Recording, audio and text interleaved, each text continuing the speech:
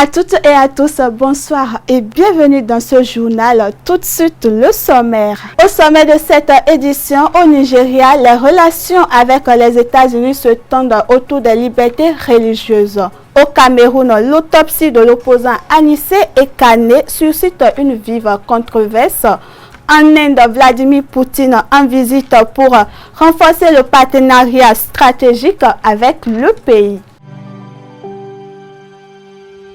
Tu viens d'avoir le bac ou tu veux te reconvertir dans un domaine d'avenir, faire le choix du numérique et rejoindre l'école supérieure d'administration, d'économie, de journalisme et des métiers de l'audiovisuel ESAE. De nouvelles filières sont disponibles dès cette rentrée: informatique et multimédia, informatique industrielle et maintenance, réseau informatique et télécommunications, système informatique et logiciel, sans oublier les filières initiales: administration générale, administration des finances, administration des affaires, sciences juridiques, sciences économiques, sciences de gestion, journalisme et métiers de l'audiovisuel. ESAE est disponible sur 4 sites: Cotonou-Badjoumendé, Cotonou-Akpakpa, Abomey-Calavi et Parakou. Pourquoi choisir l'ESAE? Des formations conçues pour le marché de l'emploi, des enseignants expérimentés et passionnés, des infrastructures modernes avec équipement de pointe, des opportunités de stage et d'emploi garanties. Les inscriptions sont en cours et les places sont limitées. Ne rate pas ta chance,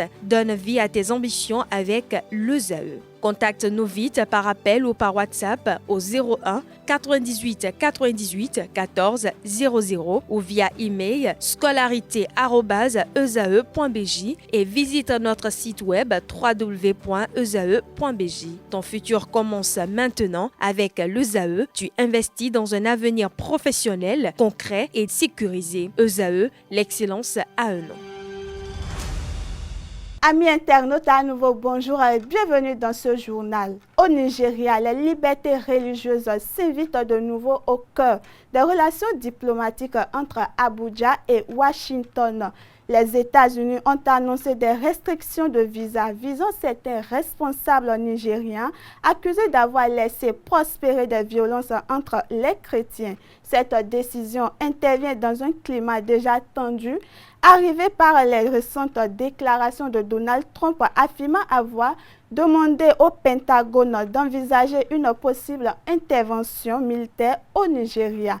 Une prise de parole explosive qui relance les inquiétudes dans un pays déjà marqué par de profondes fractures religieuses et communautaires. Les États-Unis annoncent de nouvelles restrictions de visa à l'encontre des ressortissants nigérians accusés d'être impliqués dans des violences ciblant les communautés chrétiennes.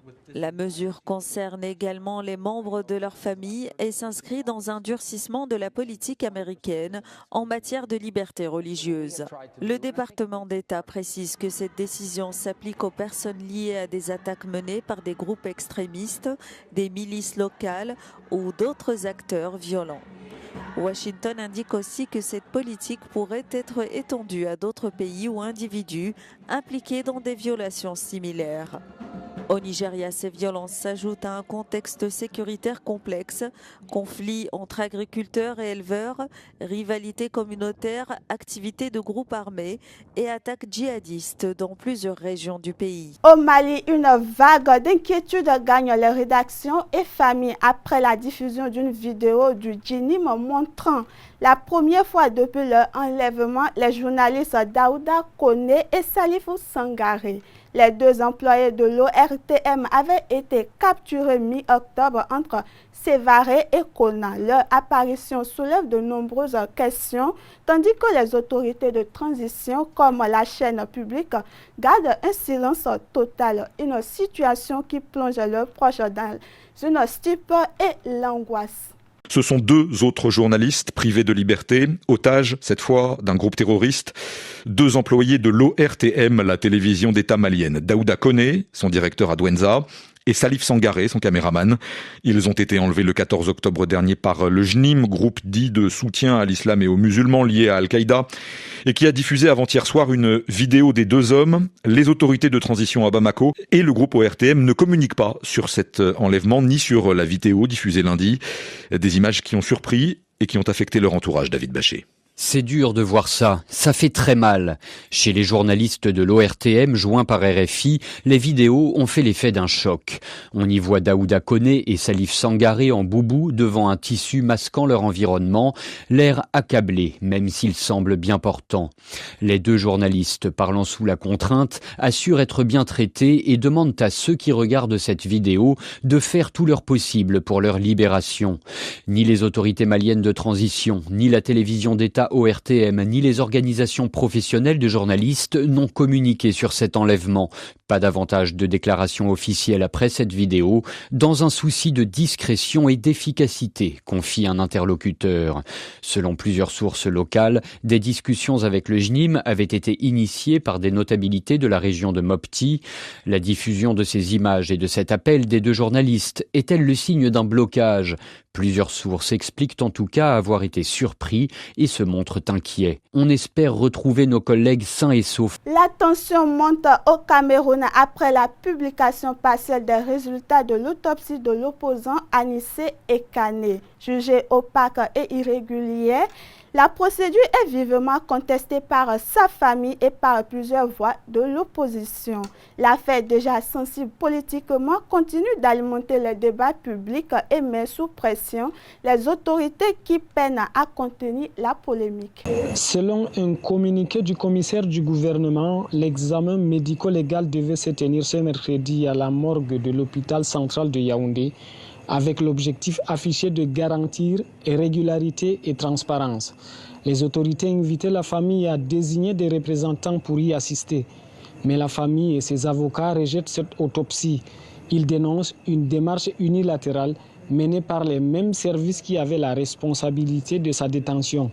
Mardi déjà, l'autopsie programmée avait été suspendue à leur demande afin de permettre la présence d'un médecin indépendant, une condition qu'ils estiment ignorée. Le collectif d'avocats parle désormais de perquisition forcée du corps et souligne qu'aucune décision de justice ne justifie la tenue d'un tel acte.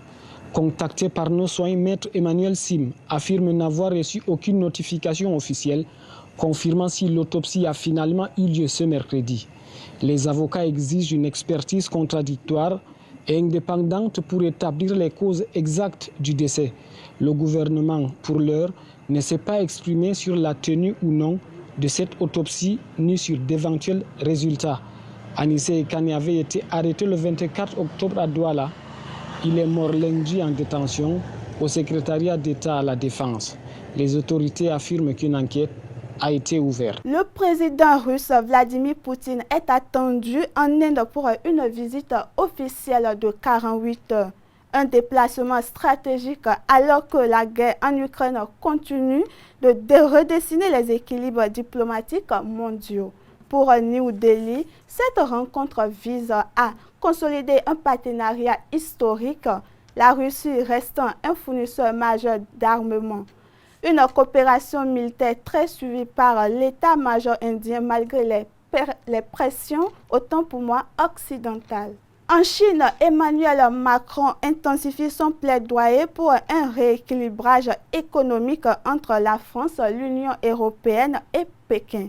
Face à un déficit commercial français en hausse et aux difficultés rencontrées par les entreprises européennes en Chine, le président français martèle la nécessité de relations plus justes et durables.